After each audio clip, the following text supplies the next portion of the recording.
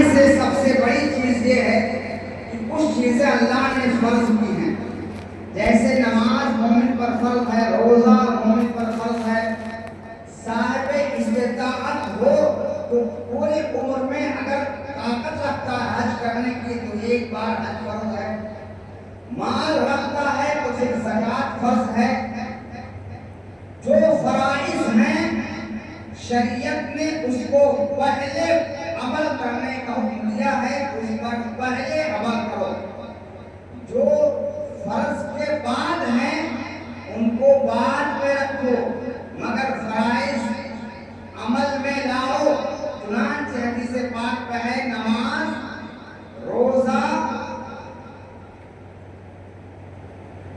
روزہ فرماتے ہیں ان چیزوں پر، یہ چیزیں جڑ ہیں، ان پر اعمال کا دار و مدار ہے۔ اگر کوئی انہیں چھوڑتا ہے تو گویا کفر جیسا کام کرتا ہے۔ جیسے کہ حدیث پاک میں ہے کہ جس نے جان بوجھ کر نماز چھوڑی اس نے کفر کیا۔ جس نے جان بوجھ کر نماز چھوڑی اس نے کفر کیا۔ امام شافعی تو ڈائریکٹ اسے کفر کا فتویٰ ہی دیتے ہیں، لیکن امام اعظم فرماتے ہیں کفر نہیں ہے، کفر جیسا کام کیا ہے، یعنی کہ اس کے اور جہنم کے بیچ تھوڑا سا فاصلہ رہ گیا ہے جس نے جان بوجھ کر نماز ترک کی ہے۔ یہ نماز پوری عمر میں پانچوں وقت کی نماز بالغ ہونے کے بعد فرض ہے۔ ایسا نہیں کہ صرف رمضان میں ہی نماز ادا کر لے اور روزہ رکھ لے تو 11 مہینے کی ایک فرصت ہو جاتی ہے، ایسا نہیں ہے، بلکہ رمضان شریف میں روزہ اور نماز کے ساتھ ساتھ رمضان کے بعد بھی نماز کی پابندی کرنی چاہیے۔ عزیزان گرامی، اللہ کے رسول صلی اللہ علیہ وسلم نے ارشاد فرمایا کہ جب رمضان کا چاند دکھتا ہے تو اللہ تبارک تعالیٰ اپنی اس امت محمدی پر نظر رحمت فرماتا ہے، اور جس پر نظر رحمت فرماتا ہے اسے عذاب نہیں دیتا۔ اس کے بعد فرمایا تو روزہ دار ہوتے ہیں،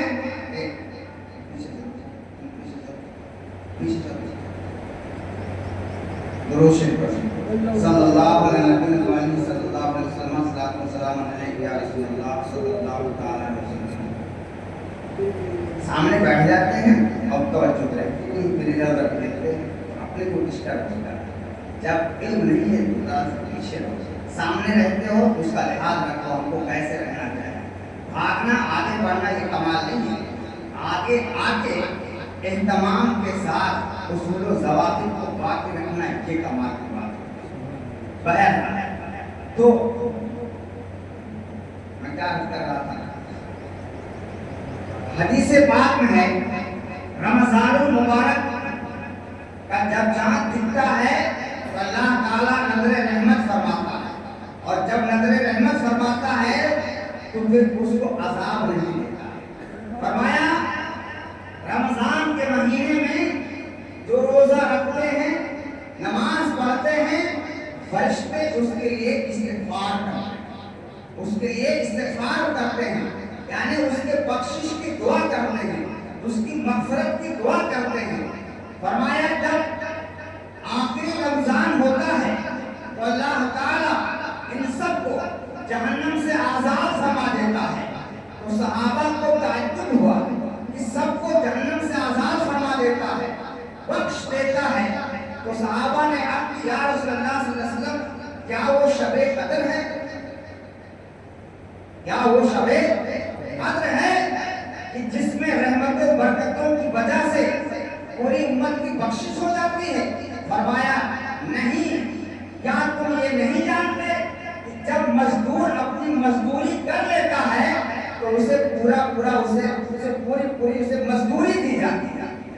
تو جس طریقے سے مزدور کام کرنے کے بعد اسے پوری مزدوری دی جاتی جاتی ہے. اسی طریقے سے جب بندہ نماز روزہ پورا ماہ رکھتا ہے تو اللہ تعالیٰ اسے بخش دیا. عزیزان گرامی، لیکن اسی کے ساتھ ساتھ جو لوگ روزہ نہیں رکھتے، سمجھ رہے ہیں، جو لوگ روزہ نہیں رکھتے ہیں تو حدیث پاک میں ہے کہ ان کا کوئی عمل قبول نہیں ہوتا. فرائض کو چھوڑ کر نوافل اللہ قبول نہیں فرماتا ہے. روزہ فرض ہے، اگر آپ نے روزہ چھوڑ دیا تو آپ کی نماز بھی قبول نہیں ہوگی، آپ کی زکات بھی قبول نہیں ہوگی، آپ کے صدقہ و خیرات بھی قبول نہیں ہوگی. لیکن اس کا مطلب یہ نہ ہے کہ اگر ایک چھوڑ دے تو سب چھوڑ دو، اس لیے کہ جب ایک سے نہیں ملا تو کچھ بھی نہیں نا. بلکہ یہ جذب توفیق ہے کہ تم سب پر عمل کرو، روزہ بھی رکھو، نماز بھی پڑھو، زکات بھی دو، یہ سارے فرائض پر عمل کرو، کوئی نہ چھوڑو. فرض کی پابندی کرو، بعد میں نوافل کی پابندی کرو گے تو اللہ تعالیٰ اس پر اجر عطا کرے گا.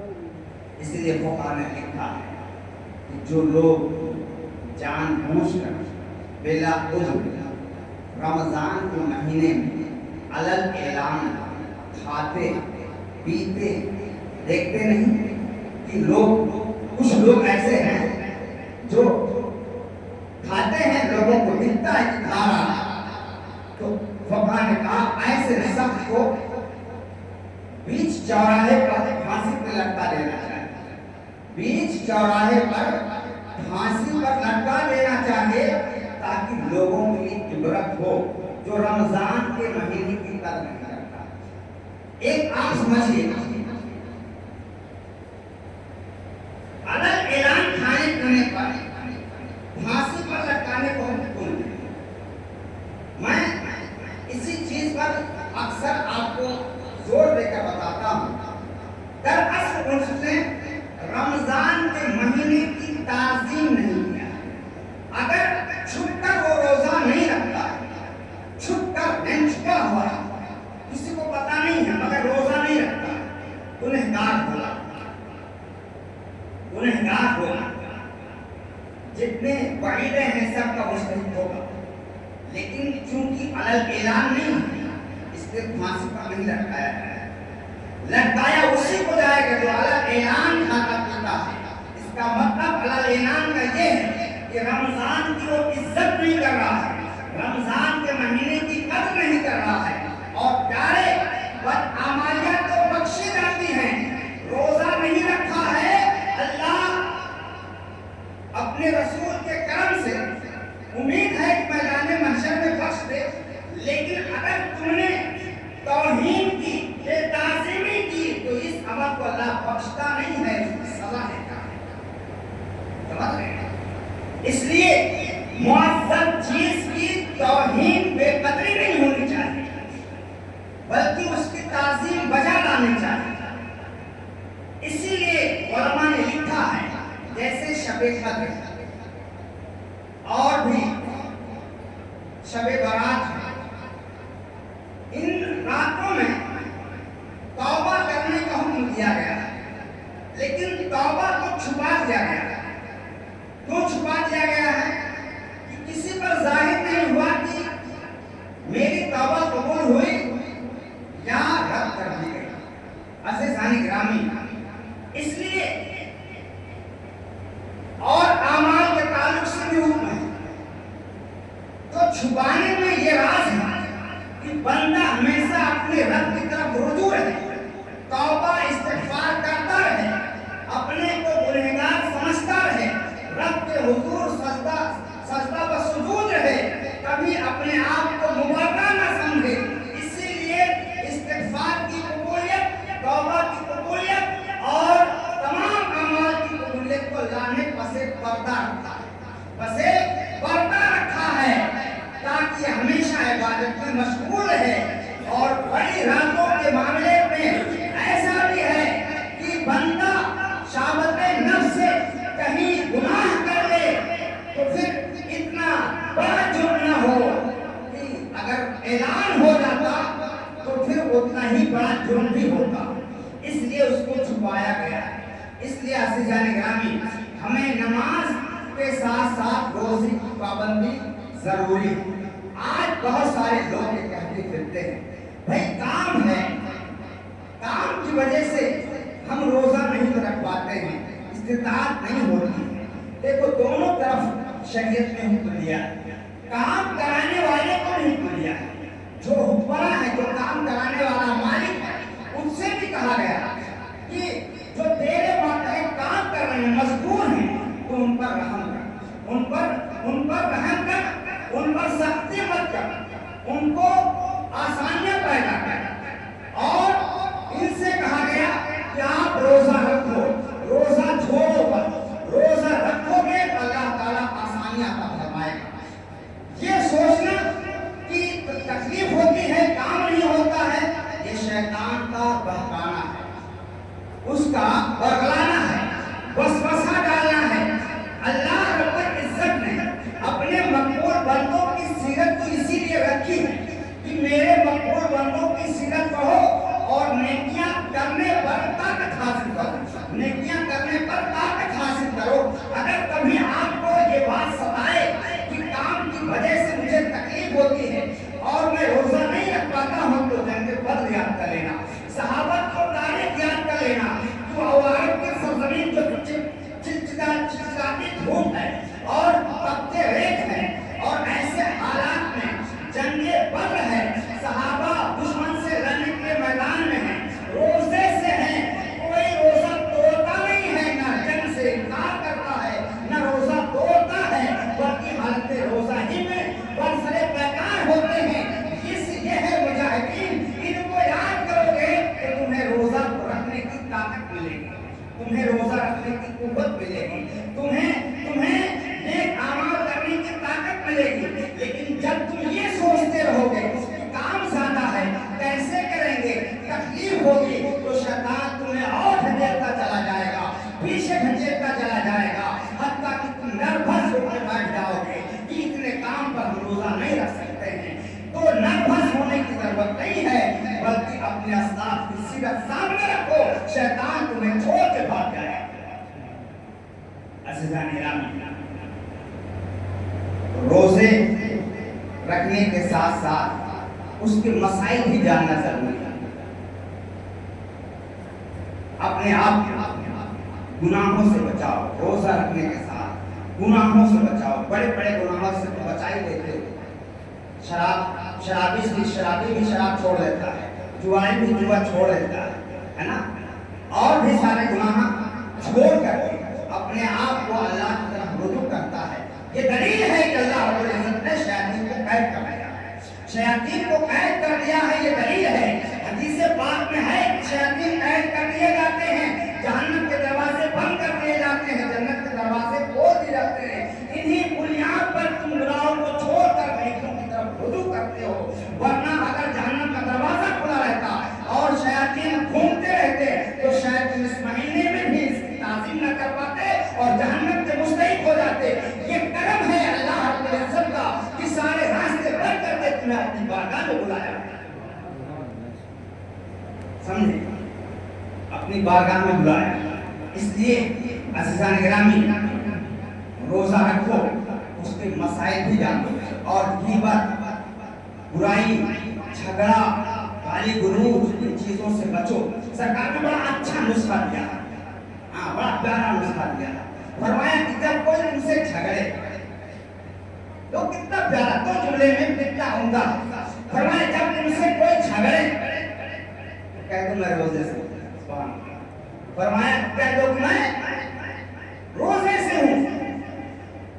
یہ نسخہ کیمیا ہے، جیسا کہ پر ڈاکٹر دوا دیتے ہیں، وہ دوا بیماری کے تریاق ہوتے ہیں، میرے سرکار کے ایک ایک جملے گناہوں سے بچنے کے تریاق ہیں۔